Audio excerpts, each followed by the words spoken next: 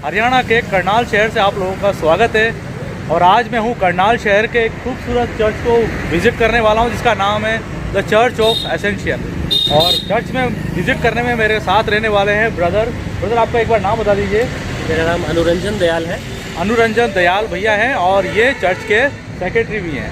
करीब 120 साल पुराना ये चर्च है, करनाल का द एसेंशियल चर्च। भाई अंदर चलते हैं। और जैसा कि यहाँ ऊपर भी लिखा हुआ है द चर्च ऑफ एसेंशियल, और डायसिस ऑफ दिल्ली के अंडर में आता है church of north India. Church का कुछ नज़ारा बाहर से दिखाता हूँ, अंदर चलेंगे। जैसा कि साइड से इस तरह से खूबसूरत सा चर्च दिखाई दे रहा है, और ये कुछ इस तरफ का इधर गार्डन का एरिया है। पीछे की तरफ क्या बना हुआ ब्रदर ये? भाई इसके अंदर ये चर्च है और पूरा कंपाउंड है, और यहाँ पे फैमिलीज रहती हैं जो कि बहुत पुराने टाइम से ही यहाँ पे क्रिश्चियन फैमिलीज है, वो यहाँ पे इनका रेजिडेंस है। अच्छा, तो इसको मिशन कंपाउंड एक तरह से कह सकते हैं। साथ में पास्टर हाउस भी है। पास्टर हाउस भी है, तो चलो पहले उसको भी देख लेते हैं। चर्च हमारा बड़ा खूबसूरत चर्च है करनाल का, और ये शायद सबसे बड़ा चर्च भी मुझे लगता है करनाल का है। ये करनाल का ही नहीं, हरियाणा का सबसे बड़े चर्चेस में से एक चर्च है। अच्छा। और अगर पूरे हरियाणा में अगर आप जाएंगे तो इस तरह की खूबसूरत बिल्डिंग जो है पूरे हरियाणा में कहीं नहीं है। दिल्ली में ज़रूर है अच्छे चर्चेज हैं पुराने, जो ब्रिटिशर्स के टाइम में चर्च बनाए गए थे, और ये चर्च भी ब्रिटिशर्स के टाइम में 1905 के अंदर ये चर्च जो है वो कॉन्सिक्रेट स्टार्ट हुआ था। तो देखिए यहाँ पर जैसा कि ब्रदर बता रहे हैं, मैं एक बार बाहर से दिखा रहा हूँ, लेकिन मैं पहले दोस्तों एक बार कंपाउंड में यहाँ, क्योंकि अभी चर्च सर्विस ख़त्म भी हुई है, काफ़ी मसीह हमारा दिखाई दे रहे हैं। चर्च कंपाउंड एक बार घूम करके मैं आता हूँ और फिर अंदर से देखते हैं इसको। लेकिन जैसे कि बाहर की तरफ कुछ पत्थर यहाँ लगे हुए हैं, जैसा कि यहाँ लिखा हुआ है। ब्रदर ये किनकी याद में है? एल्फ्रेड जेकब एक हुआ करती थी, जो कि चर्च के एक अच्छी खासी मतलब फैमिली थे, तो उनकी मेमोरी में लगाया गया था 1913 के अंदर।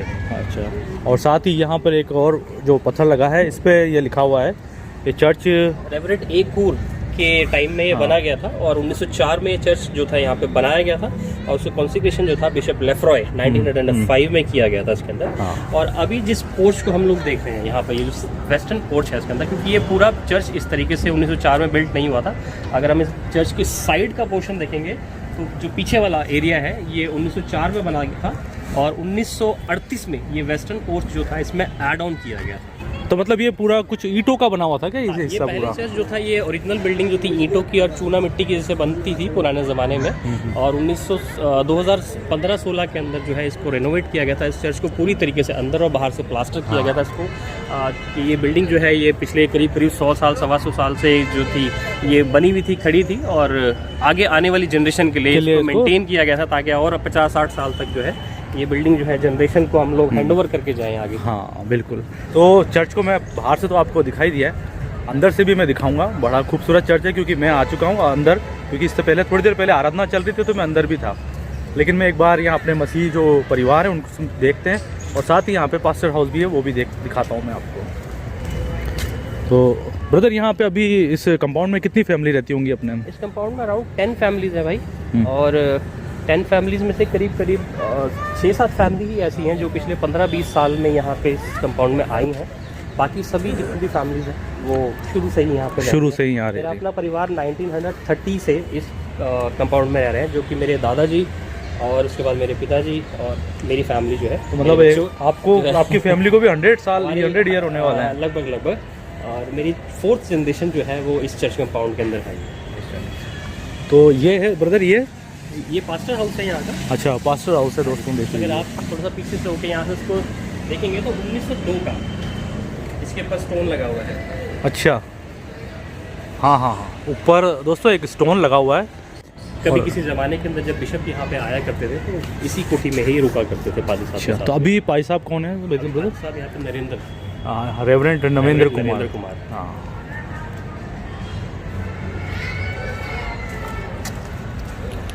तो ये है पास्टर हाउस। तो ब्रदर मैंने सुना है यहाँ का जो एक ग्रेवयार्ड है वो सुना है कि काफ़ी पुराना है, और मतलब उसको शायद सरकार ने भी ले लिया है कि मतलब ये पुरातत्व विभाग के हिसाब से, ऐसा सुना है मैंने। हमारे जो ग्रेवयार्ड है यहाँ पर उसके अंदर जो था, क्योंकि करनाल कभी किसी ज़माने में ब्रिटिशर्स का कैंट हुआ करता था, और 1850 के आसपास के समय में जब करनाल के अंदर मलेरिया बीमारी बहुत बुरी तरीके से फैली थी, तो फिर ब्रिटिशर्स जो थे वो यहाँ से अपना कैंट जो है शिफ्ट करके अम्बाला ले गए थे। अच्छा। और जो वो ग्रेवयार्ड था, उस ग्रेवयार्ड के अंदर 1850 के टाइम की ब्रिटिशर्स जो सैनिक थे उस समय सोल्जर्स थे उनकी ग्रेव्स जो है वो आज भी वहाँ पर है अभी भी, लेकिन क्योंकि वो आर्कियोलॉजिकल सर्वे ऑफ इंडिया जो पुरातत्व विभाग है उन्होंने अपने कब्जे में ले लिया, उसको मेंटेन करते हैं। वहाँ पर एक टावर चर्च हुआ करता था, तो वो टावर जो है उसको एक रिमेन के रूप में वहाँ पर छोड़ दिया गया कि मेमोरी है। तो दोस्तों ये कुछ हमारा कंपाउंड का एरिया है जहाँ पे हमारे मसीह भाई बहन रहते हैं और कुछ बुज़ुर्ग भी हमारे मसीह बुज़ुर्ग वहाँ बैठे हुए हैं। बात करते हैं उनसे।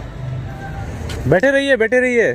जय मसीह की, जय मसीह की। क्या नाम है आप लोगों का? मेरा नाम जेकब है। जेकब? अरे मेरा नाम भी जेकब है। तो मैं रोज आपको देखते हो आप? फेसबुक पे अरे वाह, अजमेर कभी अरे मेरे ही नाम राशि के एक बुजुर्ग मिले हैं और जो है मुझे फॉलो भी कर रहे हैं, देख भी रहे हैं। थैंक यू आपका, और दुआओं में याद करते रहिएगा बिल्कुल याद करते ताकि मैं कुछ ऐसा ही काम कर पाऊँ, है ना। थैंक यू बहुत बहुत। अहमदाबाद जहाँ भी आप हाँ, जाते हैं अजमेर, बिल्कुल बिल्कुल। पुराने सब चर्च वगैरह दिखाते हैं। हाँ, बिल्कुल तो देखते रहते हैं। बैठिए। नहीं बस मैं थोड़ा चर्च शूट थोड़ा मैं वापस आता हूँ एक बार शूट करके। आ जाइए। हाँ तो देखिए लंच यहीं करेंगे आप। लंच मुझे संतोष माजरा जाना है। नहीं फिर चले जाना, मेरा गाँव है। अच्छा आपका गाँव है? हाँ मेरी ससुराल कहीं ना है। कहीं से कोई ना कोई जो संतोष माजरा जुड़ा रहता है। संतोष माजरा से ही तो है। मुझे बड़ा अच्छा लगता है गाँव, मतलब हमारी कलीसिया के बच्चों से और जो बुजुर्ग हैं उनसे मिलकर मुझे बहुत अच्छा लगता है। बहुत अच्छा लगा। सर आपका नाम? Sir James Randhawa. James sir? James James Randhawa sir. आइए जेकब छोटे सर से? वाले। अच्छा आप दोनों ब्रदर हैं। तो देखिए मेरा नाम भी जेकब ही है। बिल्कुल बिल्कुल, हाँ, मैं बता रहा आपको, मैंने देखता रोज तकरीबन आपकी जितनी पोस्ट आती है मैं सब देखता हूँ। बहुत बहुत शुक्रिया, बहुत बहुत धन्यवाद। तो आइए कभी अजमेर राजस्थान की तरफ घूमिए कभी। अब चल ही नहीं सकते फिर। तो मैं घुमा रहा हूँ आपको, बस देखते रहिएगा आप। हाँ बिल्कुल देख रहे हैं, मैं तो डेली देखता हूँ। आप बैठिए हर अभी। जगह से। बैठिए। अच्छा लंच यहाँ है? अभी बैठिए तो सही, मैं बस वापस आ हाँ, रहा मैं हूँ। बैठ के बस आप फ्री होके आ जाइए, लंच यहाँ करेंगे साथ। मुझे बहुत अच्छा लगा आप लोगों से मिलके। तो जब बुज़ुर्ग इतनी आशीषें देते हैं और इतना अच्छे से बोलते हैं मुझे बहुत अच्छा लगता है। तो ये कुछ नज़ारा हमारे इस कंपाउंड का है। ब्रदर ये क्या बिल्डिंग है?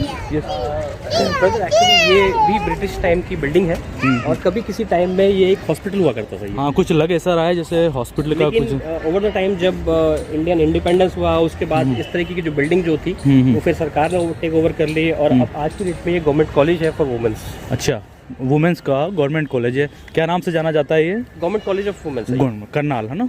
हाँ ये देखिए मुँह मेरी पूरी हाइट की ये पतंग है ये, क्योंकि हमारे बच्चे भी रहते हैं इस कंपाउंड में तो पतंगबाजी का शौक है उनको भी और यहाँ पे वो पतंग को उड़ा रहे हैं। लेकिन अब हाँ बसंत पंचमी पे ना यहाँ पे पतंगों का फेस्टिवल होता है। अगर आप जैसे गुजरात जाते हैं तो वहाँ पर मकर संक्रांति है, पतंगों का फेस्टिवल। हाँ हमारे उधर भी मकर संक्रांति पे उड़ती 14 तारीख को, 14 जनवरी। लेकिन यहाँ पे हरियाणा और पंजाब के अंदर जो है वो बसंत पंचमी के फेस्टिवल पे आज पतंगबाजी होती है।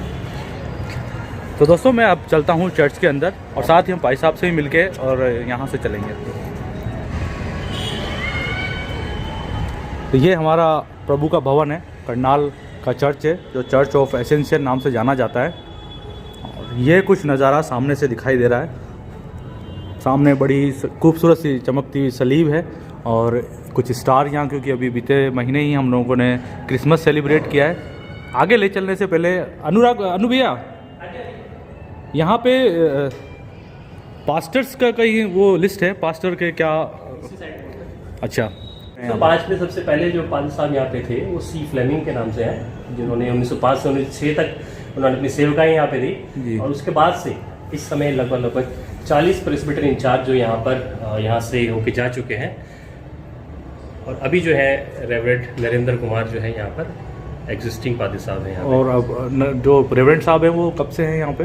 2023 से, लास्ट ईयर से। तो 17 के बाद उधर किया बट वो अपडेट नहीं है अभी इनका। अच्छा। लास्ट ईयर ही आया अभी वो। हाँ तो अब देखिए जो कि लिस्ट पूरी भर चुकी है तो इसको नया एक बोर्ड बनाया गया है यहाँ पर।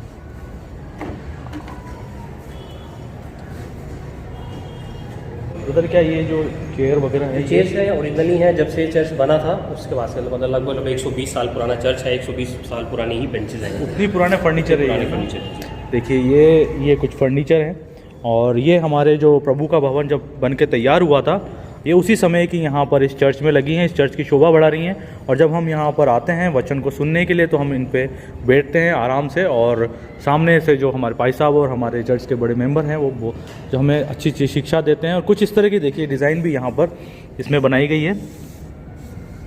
अनु भैया ये क्या कुछ, अच्छा ये कुछ वचन लिखे हुए हैं हमारे बाइबल। वचन जिन्हें हम पहाड़ी उपदेश के नाम से भी हम लोग जानते हैं। हाँ, धन्य वचन लिखा हुआ है जैसे यहाँ पर देखिए।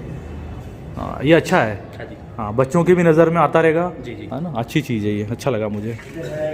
ये दो आगे वाले पिलर्स के ऊपर 10 कमांडमेंट्स दी हुई अच्छा। हैं। और यहाँ पर जो है खुदा की दुआ, अच्छा जो है, हम हमारे लोग बाप की पढ़ते हैं, दुआ जो देखिए daily यहाँ पढ़ते हैं लिखी हम हुई है। यहाँ पे लिखी हुई है एक खुदा, ये हमारे बाप वाली जो हमारे जो दुआ है, खुदा बाप की दुआ है, वो यहाँ लिखी हुई है।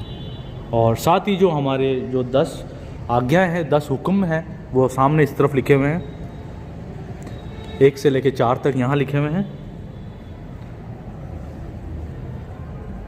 और बाकी के जो 5 से लेकर के 10 तक के वो इस जगह पे लिखे हुए हैं।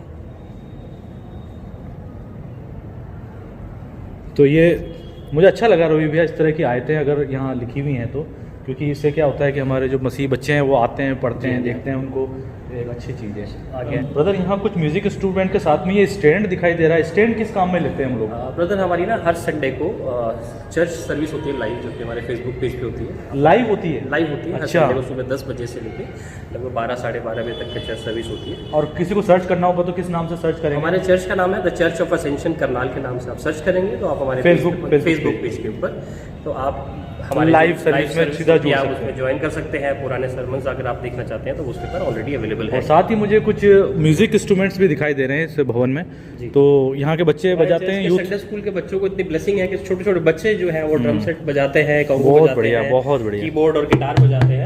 तो परमेश्वर की आशीष है कि हमारे चर्च के बच्चे जो हैं वो इन सब म्यूजिक में इनको एक टैलेंट दिया है कि जो एक गॉड गिफ्ट है उनके लिए, इन्होंने कहीं से सीखा नहीं है, सब परमेश्वर की दी हुई आशीष। हाँ, बिल्कुल आशीषित बच्चे हैं इस भवन के, इस चर्च के। और चर्च की ये तो कुछ सिटिंग है जी, लेकिन जो छत है वो देखिए इस तरह से उसको डिज़ाइनदार बनाया गया है। ये सब 1905 में जब ये चर्च बना गया था, 1904 1905 में, तब से ही बनी हुई है। और हम लोग खुद जब देखते हैं चर्च की बिल्डिंग किस तरीके से बनी है, ये बहुत अद्भुत है। अद्भुत है, बिल्कुल देखने में शानदार, अच्छा लग रहा है। और ये सरमन वाला एरिया है ये? जी हाँ, ये पोडियम स्टैंड थी, हाँ। यहाँ पे से पादी साहब सरमन देते हैं यहाँ से, और जब बिशप साहब आते हैं हमारे चर्च में तब वो इस ऊंचे वाले स्थान से। अच्छा, बिशप साहब जब आते हैं तो वो इस स्थान बिशप पर? साहब इस साइड बैठते हैं और पादी साहब जो है वो इस साइड बैठते अच्छा, हैं। पाई साहब इस तरफ बैठते जी, हैं जी, और जी। बिशप साहब इस तरफ जी बैठते जी हैं। जी जी। या प्रभु भोज जब प्रभु लेते भोज जब हैं लेते तो वो हैं। अपने स्थान पे देते हैं, यहाँ इन जगहों पर आते ये हैं? डीलर्स यहाँ पर है तो वो सब कॉल करी जाती है, तो जितने भी लोग जो है जिनका कॉन्फर्मेशन हुआ हुआ है और जो इस विधि को जानते हैं उन सबको जो है यहाँ पर कॉल किया जाता है और तब जो है प्रभु भोज उनको दिया जाता है। तो यहाँ पे प्रभु भोज होता है और जो कि हर देखिए महीने के पहले और तीसरे रविवार को यहाँ पे दिया जाता है। हर महीने के पहले और पहले और तीसरे रविवार। देखिए यहाँ पे ये क्या लिखा हुआ है ब्रदर? ये इसमें लिखा हुआ है IHS, जिसको शॉर्ट फॉर्म में लिखा जाता है in his service, in his service, यानी कि परमेश्वर की सेवकाई के लिए। IHS, बिल्कुल बिल्कुल। तो गेहूं की बाल है इसके अंदर जो परमेश्वर के वचन के लिए है, इसमें जो अंगूर की बेल है जो कि परमेश्वर के लहू के लिए है, और जो कबूतर जो दिखाए गए वो परमेश्वर की पवित्र आत्मा को रिजेंबल करती हैं। तो ये तो खूबसूरत सा नज़ारा है हमारे इस चर्च का। ऊपर भी बड़ी खूबसूरती से देखिए यहाँ पर इसको डिज़ाइन बनाई गई है, और नीचे की तरफ गोल्डन है, ऊपर की तरफ से ये सिल्वर कलर का दिखाई दे रहा है। और ये कुछ सिटिंग अरेंजमेंट यहाँ से बिल्कुल दिखाई देता है ऊंचाई से। हमारे जब मसीह भाई बहन आज यहाँ, क्योंकि पहला संडे था, आज यहाँ आए थे और प्रभु भोज को लेकर के फिर वो अपने घरों को गए हैं। सर चर्च के जो पासवान साहब हैं रेवरेंट नरेंद्र कुमार जी, वो भी आ गए हैं। जय मसीह की सर। जय मसीह की सर। सर थोड़ा सा हमें जानकारी दीजिए कि अपने इस चर्च के साथ में कितने मेंबर और कितने परिवार जुड़े हुए हैं? सर करीब करीब यहाँ पर जो फैमिली है वो 135 से 140 परिवार है, और बहुत सारे परिवार इस चर्च से कई पीढ़ियों से जुड़े हुए हैं। आप यहाँ कब से अपनी सेवाएं दे रहे हैं सर? मेरे को 2 साल यहाँ पर हो चुके हैं। 2 साल, उससे पहले मैं यमुनानगर में था, उससे पहले मैं नीलो कड़ी में था, जहाँ पर आप देख रहे हो कल जो आप रेवाड़ी में जो शूट कर रहे थे आप वीडियो, रेवरेंड गोल्डविन है वहाँ पर। जी जी। उनसे पहले, गोल्डविन से पहले मैं वहाँ पर था नीलो कड़ी में। अच्छा। करीब यहाँ पर मेरे को 2 साल हो चुके हैं।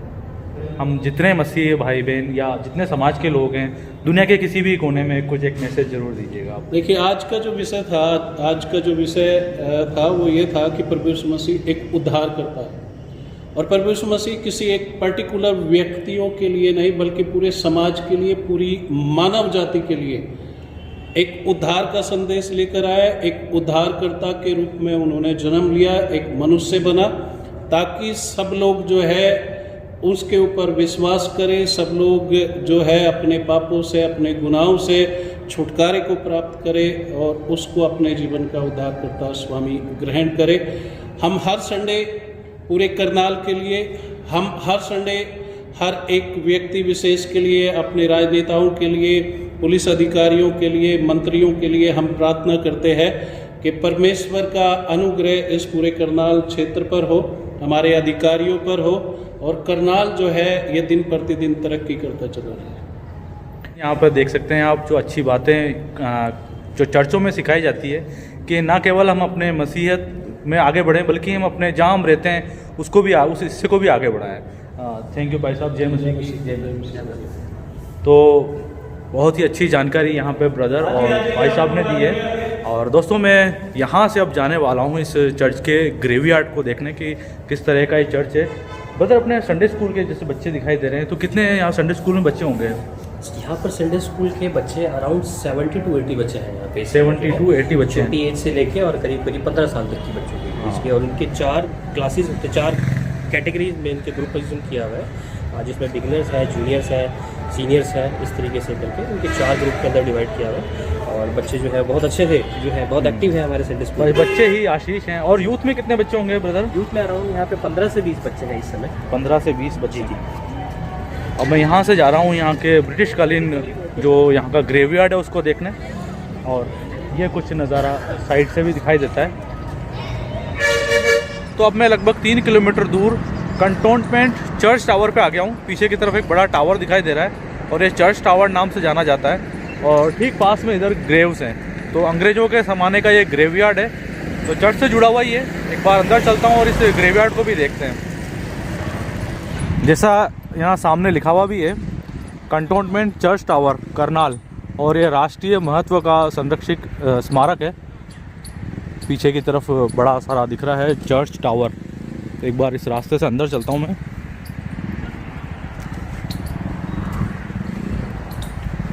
यहाँ पे कुछ मैप भी बना हुआ है किस तरह से यहाँ पर क्या ग्रेव्स हैं, और इसको जो बनाया गया था उसकी हिस्ट्री यहाँ लिखी हुई है।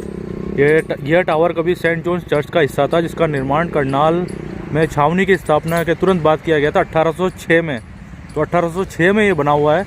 और साथ ही ये 35 मीटर का एक यहाँ पर टावर बनाया गया है। तो ये एक बड़ा टावर है जो कंटोनमेंट चर्च टावर नाम से जाना जाता है। अगर हम कभी गूगल पे भी सर्च करते हैं चर्च इन करनाल, तो ये चीज़ भी उसमें शो होती है कंटोनमेंट चर्च टावर की। तो इस तरफ तो ये टावर है और ठीक इसके इस तरफ इधर ग्रेव्स हैं। तो टावर के एक तरफ ग्रेवयार्ड है, लेकिन दूसरी तरफ ये कुछ बगीचे हैं।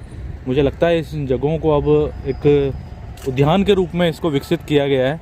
और ठीक इसके इस तरफ भी एक तरफ जाने का रास्ता है जहाँ जो ज़्यादा पुरानी ग्रेव्स हैं, लेकिन जो टावर के नज़दीक वाला हिस्सा है दूसरी तरफ का, वहाँ पे जो अभी के समय में जिनकी डेथ हुई है उनको दफनाया गया है उस जगह पर।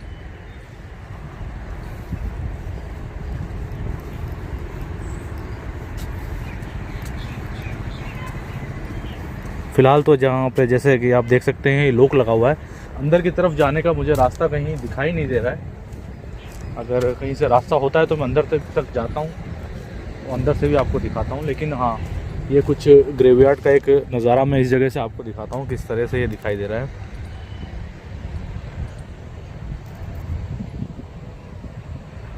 तो ब्रिटिश कालीन ग्रेवयार्ड में जाने का रास्ता तो मुझे नहीं मिला, तो मैं आ गया हूँ उस नए ग्रेवयार्ड में जहाँ जो हमारे मसीह भाई बहन जो ब्रिटिश काल के बाद यहाँ दफनाए गए। और ये नया वाला ग्रेवयार्ड है और यहाँ से भी पूरा ये कंटोनमेंट टावर बड़ा खूबसूरत दिख रहा है यहाँ से। और ये सभी ये जो ग्रेव्स हैं। और इस नए वाले ग्रेवयार्ड में काफ़ी देखने के बाद जो सबसे पुरानी मुझे ग्रेव दिखाई दी है वो दिखाई दी है मिसिस हन्ना डेविड की, क्योंकि यहाँ लिखा हुआ है in the loving memory of Hannah David. और इनकी जो डेथ हुई थी वो 1934 में हुई थी। तो ये सबसे पुरानी ग्रेव मुझे लगी यहाँ देखने में। बाकी उस तरफ कुछ नई ग्रेव्स हैं और ये पूरा कंटोनमेंट चर्च टावर। और मैं उम्मीद करता हूँ दोस्तों आपको कुछ अच्छी जानकारी मैं इस चर्च, इस कलीसिया और यहाँ के ग्रेवयार्ड के बारे में दे पाया हूँगा। और वीडियो आपको पसंद आई हो तो लाइक तो ज़रूर कीजिएगा, अपने मसीही भाई बहनों में शेयर करना मत भूलिएगा। और साथ ही आप जानकारी रखते हैं इस कलीसिया, इस चर्च के बारे में तो कमेंट में ज़रूर लिखते रहिएगा। और वीडियो यहाँ तक देखते रहने के लिए धन्यवाद। मिलते हैं अगली किसी और वीडियो में, तब तक आप सभी को जय मसीह की। जय मसीह की। जय मसीह।